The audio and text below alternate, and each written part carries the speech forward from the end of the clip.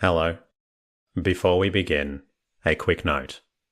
The Boy to Sleep podcast relies on you and sponsors, which means you will hear a quick advertisement before the beginning of tonight's episode. While the podcast is free, you are welcome to subscribe for just $2.99 per month, which supports the creation of this podcast and gives you an ad-free listening experience. Simply click the link in the show notes from your podcast app. Rest easy.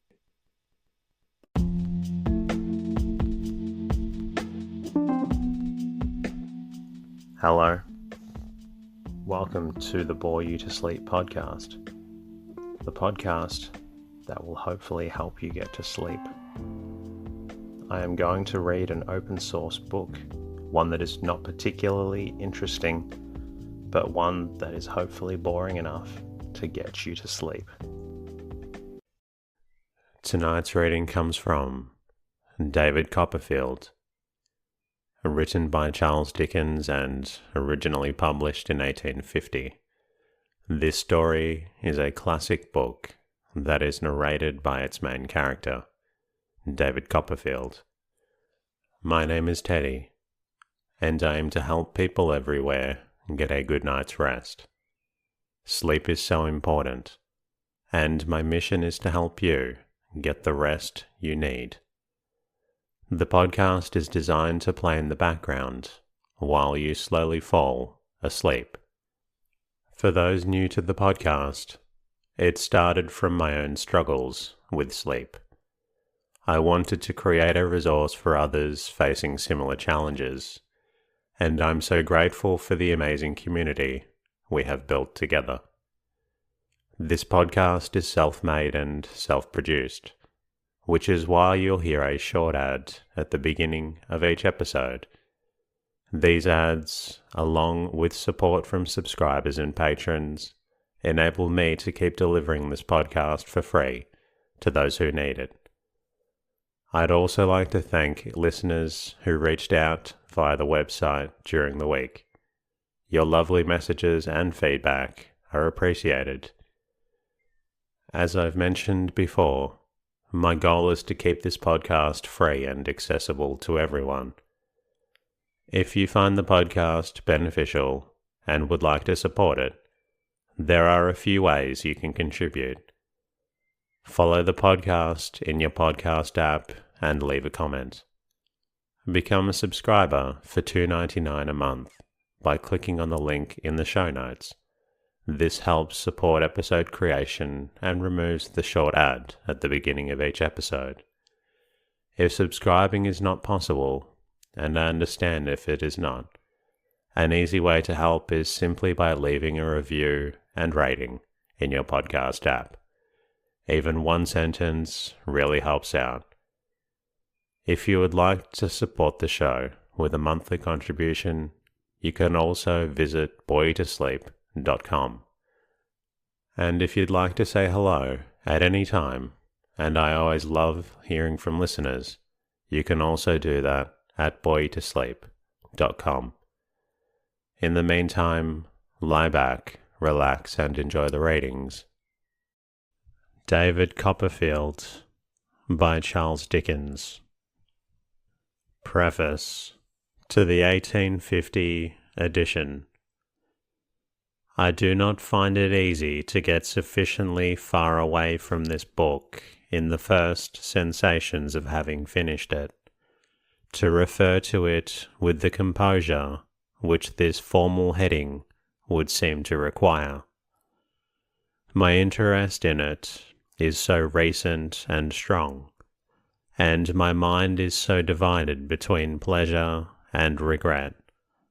Pleasure in the achievement of a long design, regret in the separation from many companions, that I am in danger of wearying the reader whom I love, with personal confidences and private emotions, besides which all that I could say of the story to any purpose, I have endeavoured to say in it. It would concern the reader little perhaps to know how sorrowfully the pen is laid down at the close of the 2 years imaginative task, or how an author feels as if he were dismissing some portion of himself into the shadowy world, when a crowd of the creatures of his brain are going from him forever.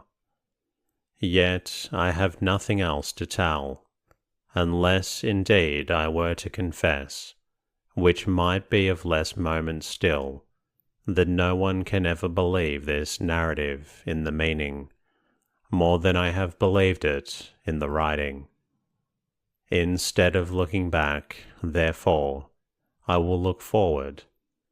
I cannot close this volume more agreeably to myself than with a hopeful glance towards the time when I shall again put forth my 2 green leaves once a month, and with a faithful remembrance of the genial sun and showers that have fallen on these leaves of David Copperfield, and made me happy.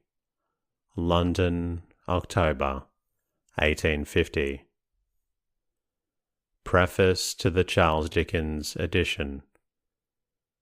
I remarked in the original preface to this book that I did not find it easy to get sufficiently far away from it, in the first sensations of having finished it, to refer to it with the composure which this formal heading would seem to require.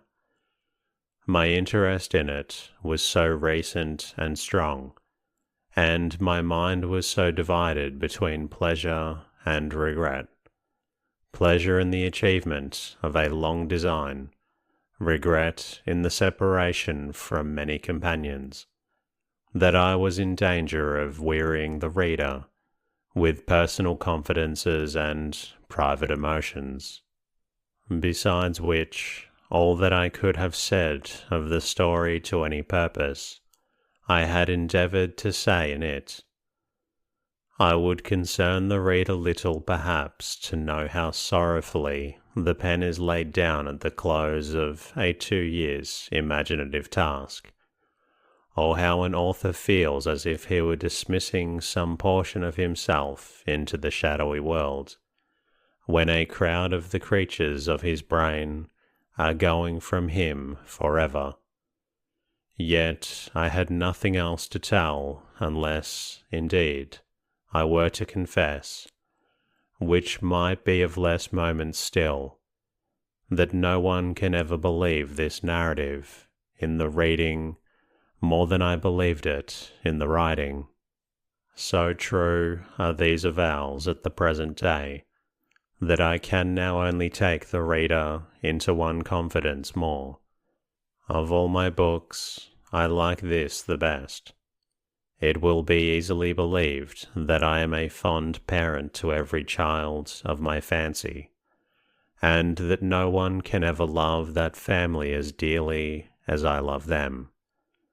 But, like many fond parents, I have in my heart of hearts a favourite child, and his name is David Copperfield. 1869. The personal history and experience of David Copperfield, the younger. Chapter 1. I Am Born. Whether I shall turn out to be the hero of my own life, or whether that station will be held by anybody else, these pages must show. To begin my life with the beginning of my life, I record that I was born, as I have been informed and believe, on a Friday at 12 o'clock at night. It was remarked that the clock began to strike, and I began to cry, simultaneously. In consideration of the day and hour of my birth, it was declared by the nurse and by some sage women in the neighbourhood, who had taken a lively interest in me several months before, there was any possibility of our becoming personally acquainted. First, that I was destined to be unlucky in life, and secondly, that I was privileged to see ghosts and spirits, both these gifts inevitably attaching, as they believed, to all unlucky infants of either gender, born towards the small hours on a Friday night.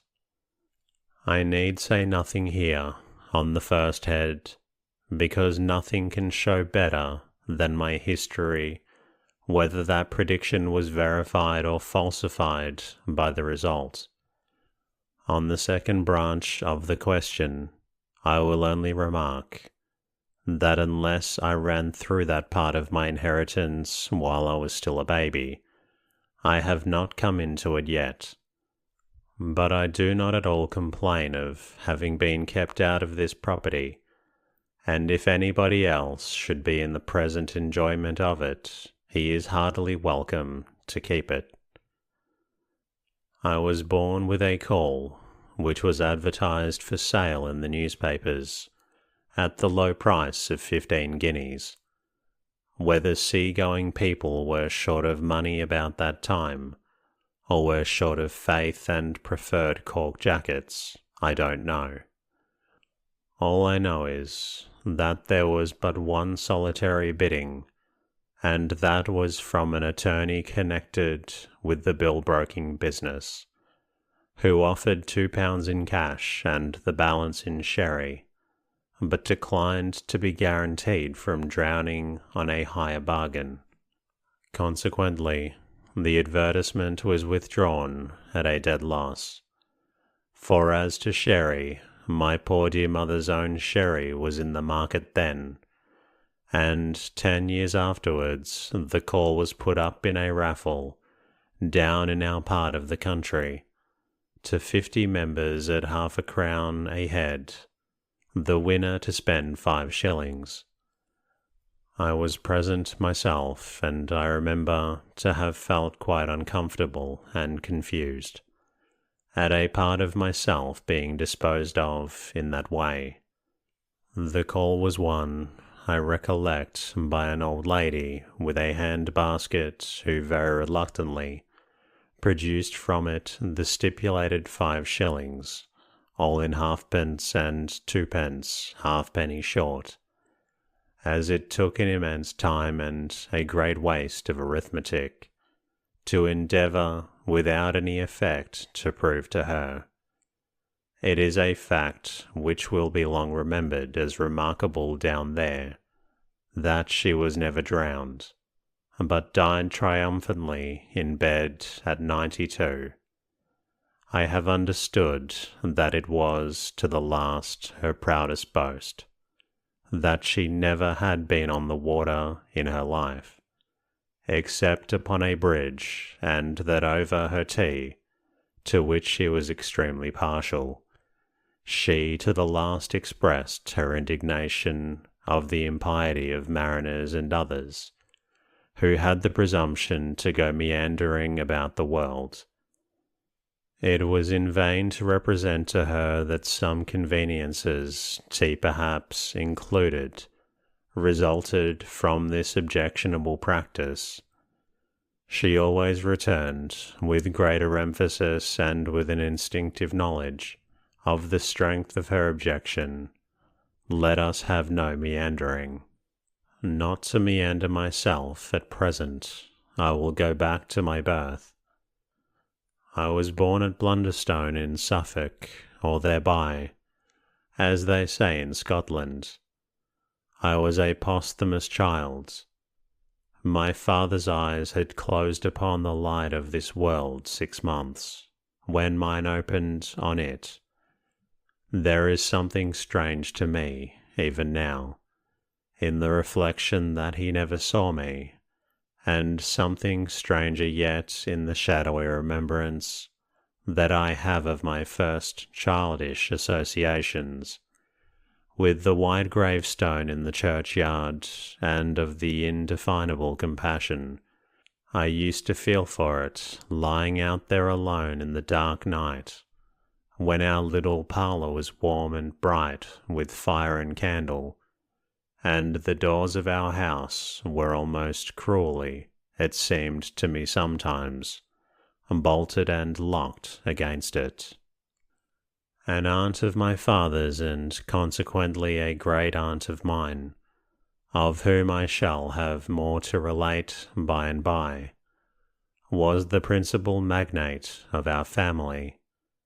Miss Trotwood, or Miss Betsy, as my poor mother always called her, when she sufficiently overcame her dread of this formidable personage to mention her at all, which was seldom, had been married to a husband younger than herself, who was very handsome except in the sense of the homely adage, "Handsome is that handsome does." He went to India with his capital, and there, according to a wild legend in our family, he was once seen riding on an elephant in company with a baboon, but I think it must have been a baboo or a begum. Anyhow, from India tidings of his death reached home within 10 years. How they affected my aunt nobody knew, for immediately upon the separation she took her maiden name again, bought a cottage in a hamlet on the sea coast a long way off, established herself there as a single woman with one servant, and was understood to live secluded ever afterwards. My father had once been a favourite of hers, I believe, but she was mortally affronted by his marriage, on the ground that my mother was a wax doll. She had never seen my mother, but she knew her to be not 20. My father and Miss Betsy never met again. He was double my mother's age when he married, and of but a delicate constitution. He died a year afterwards, and, as I have said, 6 months before I came into the world. This was the state of matters on the afternoon of, what I may be excused for calling, that eventful and important Friday. I can make no claim, therefore, to have known at the time how matters stood, or to have any remembrance founded on the evidence of my own senses, of what follows. My mother was sitting by the fire, but poorly in health, and very low in spirits, looking at it through her tears, and desponding heavily about herself and the fatherless little stranger, who was already welcomed by some grosses and prophetic pins, in a drawer upstairs to a world not at all excited on the subject of his arrival. My mother, I say, was sitting by the fire, that bright, windy March afternoon, very timid and sad, and very doubtful of ever coming alive out of the trial that was before her, when lifting her eyes as she dried them to the window opposite, she saw a strange lady coming up the garden. My mother had a sure foreboding at the second glance that it was Miss Betsy. The setting sun was glowing on the strange lady over the garden fence, and she came walking up to the door with a foul rigidity of figure and composure of countenance that could have belonged to nobody else. When she reached the house, she gave another proof of her identity. My father had often hinted that she seldom conducted herself like any ordinary Christian, and now instead of ringing the bell, she came and looked in at that identical window, pressing the end of her nose against the glass to that extent that my poor dear mother used to say it became perfectly flat and white in a moment. She gave my mother such a turn that I have always been convinced I am indebted to Miss Betsy for having been born on a Friday. My mother had left her chair in agitation and gone behind it in the corner, Miss Betsy, looking round the room slowly and inquiringly, began on the other side and carried her eyes on, like a Saracen's head in a Dutch clock, until they reached my mother. Then she made a frown and gesture to my mother, like one who was accustomed to be obeyed. To come and open the door, my mother went.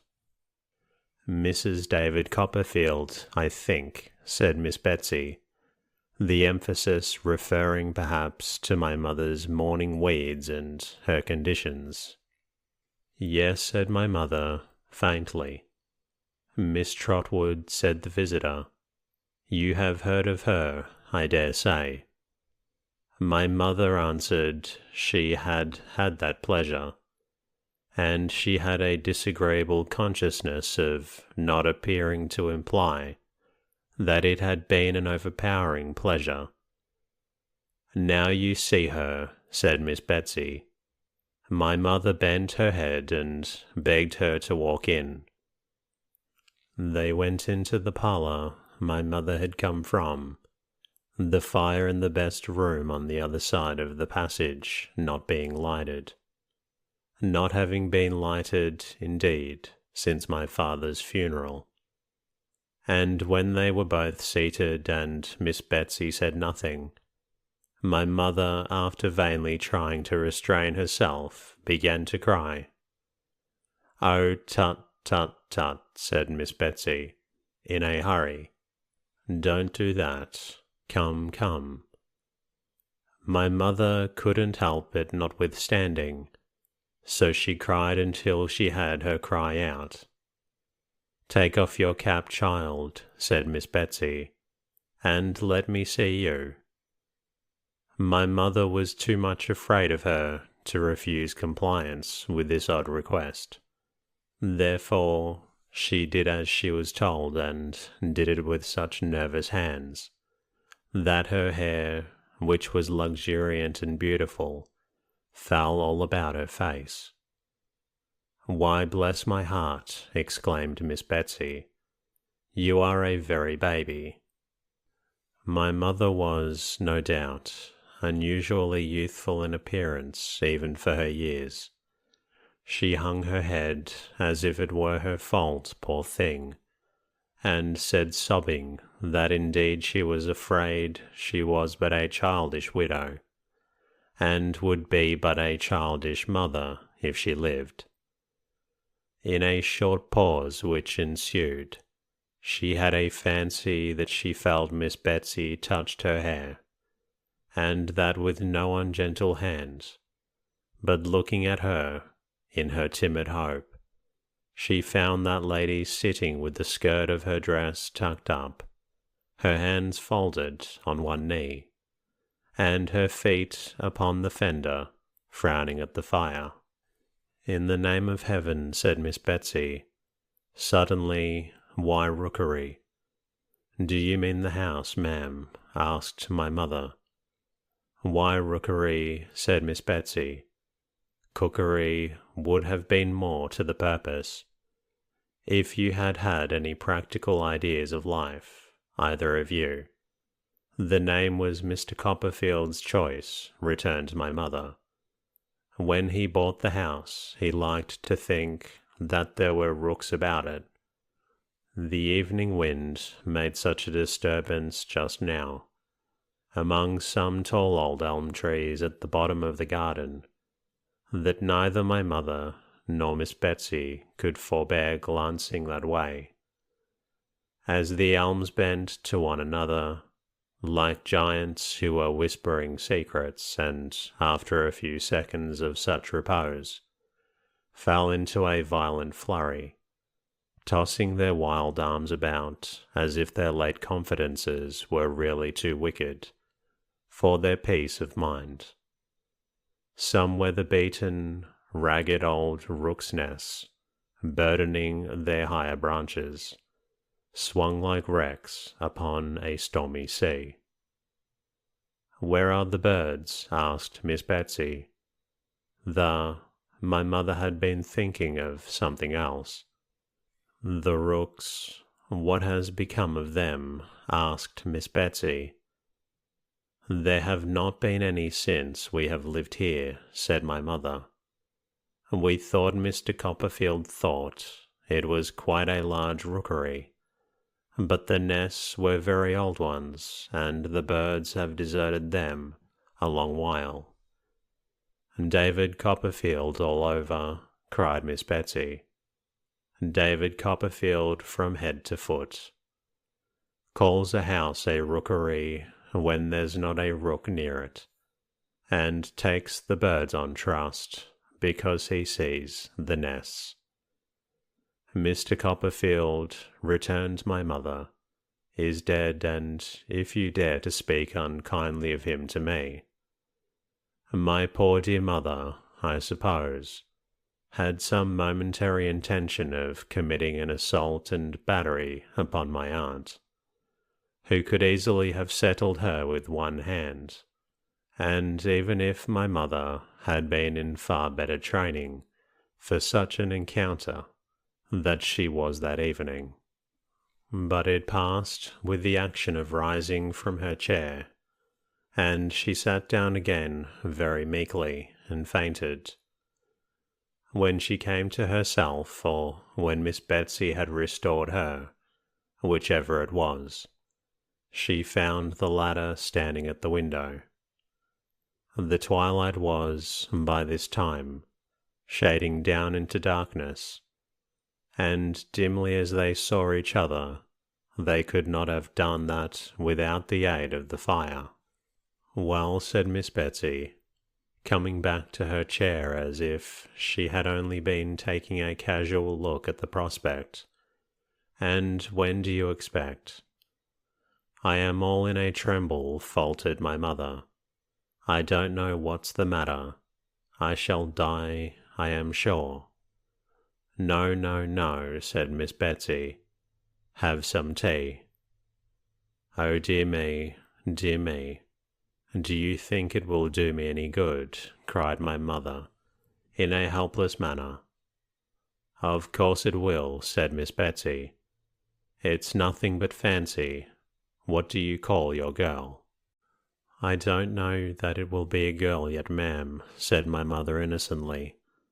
"Bless the baby," exclaimed Miss Betsy, unconsciously quoting the second sentiment of the pincushion in the drawer upstairs, but applying it to my mother instead of me. "I don't mean that. I mean your servant girl." "Peggotty," said my mother. "Peggotty," repeated Miss Betsy, with some indignation. "Do you mean to say, child, that any human being has gone into a Christian church and got herself named Peggotty?" "It's her surname," said my mother faintly. "Mr. Copperfield called her by it, because her Christian name was the same as mine." "Here, Peggotty," cried Miss Betsy, "open the parlour door. Tea, your mistress is a little unwell. Don't dawdle." Having issued this mandate with as much potentiality as if she had been a recognized authority in the house, ever since it had been a house, and having looked out to confront the amazed Peggotty coming along the passage with a candle at the sound of a strange voice, Miss Betsy shut the door again and sat down as before, with her feet on the fender, the skirt of her dress tucked up, and her hands folded on one knee. "You were speaking about its being a girl," said Miss Betsy. "I have no doubt it will be a girl. I have a presentiment that it must be a girl. Now, child, from the moment of the birth of this girl, perhaps boy, my mother took the liberty of putting in, I tell you, I have a presentiment that it must be a girl," returned Miss Betsy. "Don't contradict from the moment of this girl's birth, child. I intend to be her friend. I intend to be her godmother, and I beg you'll call her Betsy Trotwood Copperfield." There must be no mistakes in life with this Betsy Trotwood. There must be no trifling with her affections, poor dear. She must be well brought up and well guarded from reposing any foolish confidences where they are not deserved. I must make that my care." There was a twitch of Miss Betsy's head after each of these sentences, as if her old wrongs were working within her, and she repressed any plainer reference to them by strong constraint.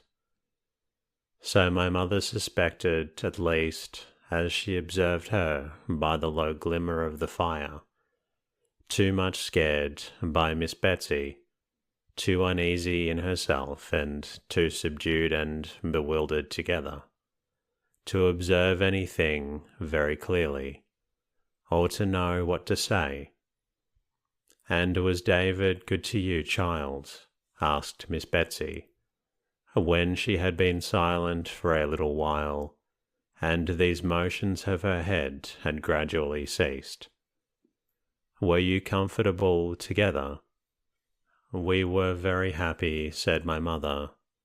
"Mr. Copperfield was only too good to me."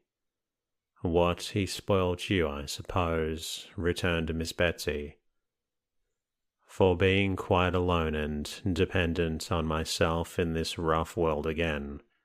Yes, I fear he did, indeed," sobbed my mother. "Well, don't cry," said Miss Betsy. "You are not equally matched, child. If any two people can equally be matched, and so I asked the question. You were an orphan, weren't you?" "Yes." "And a governess?" "I was a nursery governess in a family where Mr. Copperfield came to visit.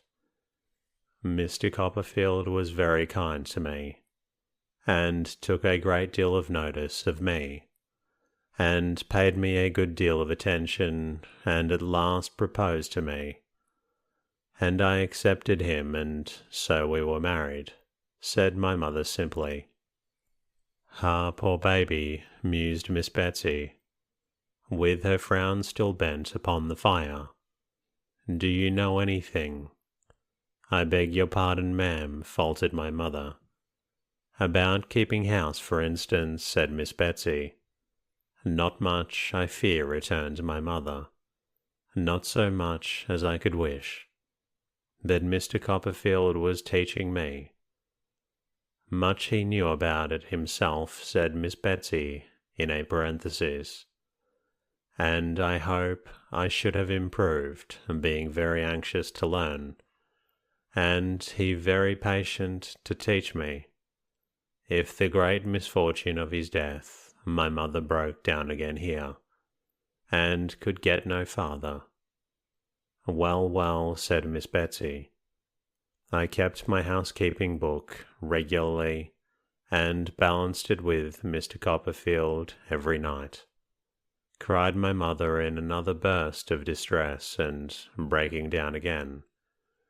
"Well, well," said Miss Betsy, "don't cry any more. And I am sure we never had a word of difference respecting it, except when Mr. Copperfield objected to my 3s and 5s being too much like each other, or to my putting curly tails to my 7s and 9s, resumed my mother in another burst, and breaking down again.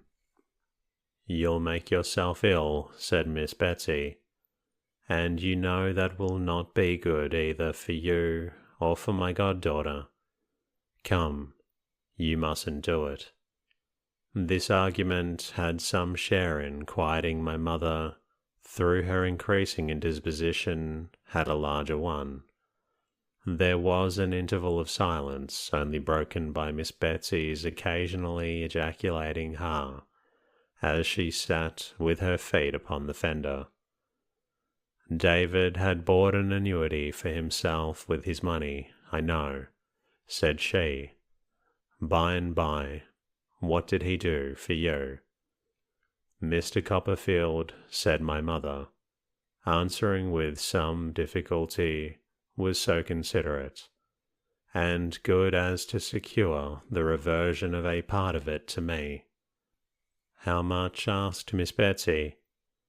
£105 a year, said my mother. He might have done worse, said my aunt. The word was appropriate to the moment.